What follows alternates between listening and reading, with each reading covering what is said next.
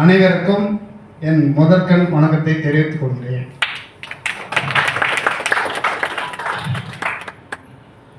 CO Akilan sir, Varman sir, Malaichelvan sir, Siva sir, Rajendran sir அனைவருக்கும் என் முதற்கண் வணக்கத்தை தெரிவித்துக் கொள்கிறேன். இந்த கெய்ரா மீட்டிங்க்கு வருகை தந்திருக்கும் achievers, leaders, gold achiever, silver achiever, bronze achiever அனைவருக்கும் என் வணக்கத்தை தெரிவித்துக் கொள்கிறேன். இந்த ஒரு 7 வருஷமாக இந்த ஆன்லைனில் நான் பிஸ்னஸ் பண்ணிட்டு இருந்தேன். ஒரு சில கம்பெனிகளில் போய் திருச்சியில் ஒரு கம்பெனியில் ஒரு 50 லட்சம் பிஸ்னஸ் கொடுத்தேன். கொரோனா டைமில் பிஸ்னஸ் கொடுத்து அதில் ஒரு 30 லட்சம் வந்துருச்சு. மீதி 20 லட்சம் என்னுடைய சொந்த அமௌண்ட்டு ஒரு 10 லட்சம், மற்றவங்க ஒரு 10 லட்சம் எல்லாம் இழந்து வெந்து நொந்து போய் இந்த ஆன்லைனுக்கே இனிமேல் போகக்கூடாது, இந்த தொழிலே வேணாம் அப்படின்னு இருந்தேன். அப்புறம் ராஜேந்திரன் சாரும் சிவா சாரும் என்னை ஒரு 6 மாதத்துக்கு முன்னே, ஒரு 7 மாதத்துக்கு முன்னையே ஒரு வாரம் ஒருக்கா மாதம் ஒருக்கா வந்து வந்து வந்து பேசிக்கிட்டே இருந்தாங்க. நான் இதுக்கே வரல சார், என்னை கூப்பிடாதீங்க, நான் அடிப்பட்டது போதும், இனிமேல் என் உழைப்பு உண்டு, எங்கள் வீட்டில் சத்துணவில் ஒர்க் பண்ணுறாங்க, அவங்களுடைய சம்பளம் என்னுடைய உழைப்பு இதுவே நாங்கள் வச்சு நாங்கள் முன்னேறிக்கிறோம்.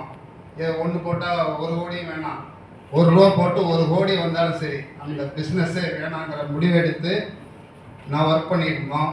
அப்புறம் ஃபஸ்ட்டு சேலத்தில் மீட்டிங் போட்டாங்க.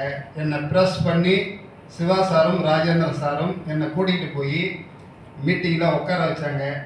பார்த்தேன் சார், தெளிவாக ஒரு 50% எனக்கு புரிஞ்சது. திருச்சி உடனே மறுநாள் வந்து நான் ஒரு 10,000 காயின் ஐடி பண்ணேங்க. எங்கள் வீட்டுக்கு 2 நாள் கழிச்சு, நான் திங்கக்கிழமை ஐடி பண்ணுறேன், எங்கள் வீட்டுக்கு புதன்கிழமை ஐடி பண்ணேன். அதுக்கப்புறம் இது அகிலன் சார்கிட்ட திருச்சிக்கு மீட்டிங் போனோம். அங்கே வந்து அகிலன் சார் பேசினார், தெளிவாக பேசினார். இதனுடைய வேல்யூவேஷன் என்ன, மக்களுக்கே ரீச் ஆகிற மாதிரி current bill, EB bill, gas இதில் பண்ணிக்கலாம், ஃபாஸ்டேக்கு, இன்சூரன்ஸு, எல்ஐசி எல்லாமே இந்த கேட்காயினை வச்சு பண்ணிக்கலாம், எல்லாம் பண்ணிக்கலான்னு ஒரு நல்ல புரிதல் தெரிந்தது. இது இ-காமர்ஸ், கியூஆர் கோடு எல்லாம் வெகு விரைவில் பண்ண போகிறாங்க. பிளாக் செயின் கோர்ஸ் ஒரு 4-5 காலேஜில், எஸ்ஆர்எம், திருச்சி காலேஜ் எல்லாம் எனக்கு நேம் தெரியல, சார் செமினார் எடுத்துக்கிட்டு இருக்கிறாங்க. நம்ம இந்த காயினியே காலேஜில் பீஸ், காலேஜ் ஸ்டூடெண்ட் அனைவரும் ஃபீஸ் கட்டுற மாதிரி எல்லாம் ரெடி பண்ணிகிட்டு இருக்கிறாரு. ஐபிஎல் கிரிக்கெட்டுக்கு சார் ஸ்பான்சர் பண்ண போகிறாரு. எல்லாம் மக்களுக்கு ரீச் ஆகிற மாதிரியே இந்த காயினை விட்டதுனால நம்ம பெரிய லெவலில் இந்த காயின் ரேட்டு ஏறும். நல்லா சில காயின்கள் இருக்குது, அது எந்த யூஸுமே மக்களுக்கு கிடையாது. ஆனால் இந்த காயின் புரிதல் 100% புரிஞ்சு கொண்டு நான் இதில் ஒர்க் பண்ணிகிட்ருக்கிறேன். நான் ஒர்க் பண்ண காரணம், என்னுடைய ஒர்க்கு வந்து இந்த கோல்டு அச்சீவ்மெண்ட்டில் ஒரு எனக்கு கீழே ஒரு 15 லட்சம் காயின் இறக்குனால் நான் கோல்டு அச்சீவ்மெண்ட். அதாவது 3 சில்வர் முடிக்கணும், 3 சில்வர் முடித்து 15 லட்சம் காயின் இந்த 5 மாதத்தில் முடிச்சிருக்கிறேன்னா அதுக்கு 100% காரணம் என்னுடைய ஒர்க்கு ஒரு 25% தான்.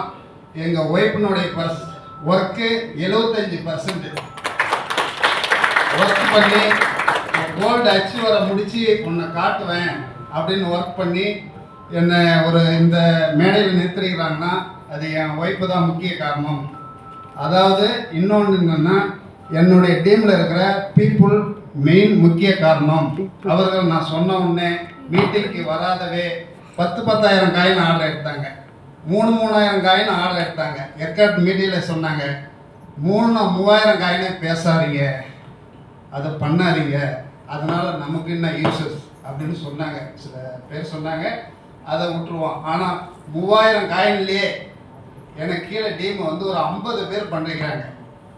நம்ம வந்து ரீச்சாக ஒருவராக பண்ணி ஒருவராக சம்பாதிக்கிறது பிஸ்னஸ் கிடையாது.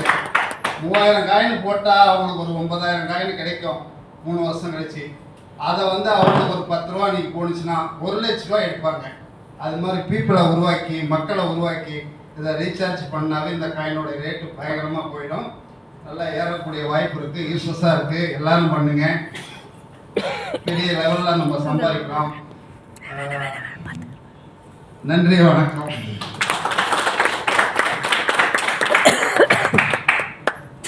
நன்றி சார், நன்றி. அடுத்தது உங்கள் சரிபாதி பேசுமாறு கேட்டுக்கொள்கிறோம்.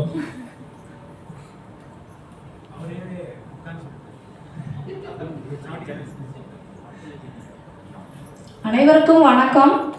கைரா ஃபேமிலிக்கு அனைவருக்கும் வணக்கம். கொஞ்சம் நான் ஃபஸ்ட்டு பேசும்போது திக்குவேன், அதனால தான் இப்படி வந்தது.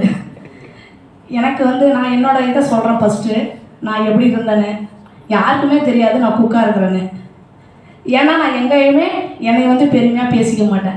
யார் என்ன கேட்டாலும் நான் என்ன வேலை செய்யணுமோ அதை அப்படியே சொல்லுவேன், பொய் சொல்ல மாட்டேன். இந்த இடத்துக்குள்ள நான் இவ்வளோ உயரத்தில் நான் இருக்கிறேன் காரணம் உண்மையை சொன்னது ஒரே காரணம் தான் இந்த இடத்துல நான் இருக்கிறேன். எது உண்மையோ அகிலாஷ் சார் சொல்லுவார், நம்ம கம்பெனியை பற்றி அப்படி இப்படிலாம் பேசாதீங்க, உண்மையை சொல்லுங்கள், அதை காப்பி பண்ணாவே போதும் நீங்கள் பெரிய லெவலுக்கு வந்துடலாம்னு சொல்லுவார். அதேமாரி நான் உண்மையை மட்டும்தான் சொல்லுவேன். ஆனால் இந்த இடத்துக்கு நான் வந்துடுறதுக்கு காரணம் எப்படின்னு கேட்டிங்கன்னா, நான் சின்ன வயசுலேருந்தே ஃபீல் பண்ணுவேன் படிக்கலைன்னு. ரொம்ப ரொம்ப ஃபீல் பண்ணுவேன். நான் கேட்டு நான் சொன்னேன்னா நீங்கள் ஆச்சரியப்படுவீங்க. நான் 6ஆம் கிளாஸ் தான் படிச்சிருக்கேன். படிச்சுட்டு எங்கள் வீட்டுக்காரர் ஒரு 15 வயசுலேயே எங்கள் அம்மா என்னை கட்டி வச்சிட்டாங்க. நீங்களாம் 7 வயசுலேயே எங்கள் அப்பா இறந்துட்டார். அப்போ என்னை பார்த்துக்க ஆள் இல்லாமல் எங்கள் அம்மா வந்து இவர்கிட்ட கொடுத்துட்டாங்க. ஏன்னா அதுக்கப்புறம் இங்கே வந்து ரொம்ப கஷ்டப்பட்டு காலகட்டம்லாம் போயிருக்கேன். நான் போகாத வேலையே இல்லை, எல்லா வேலைக்கும் நான் போயிருக்கேன். 3 வருஷம் கழிச்சு தான் எனக்கு குழந்தை.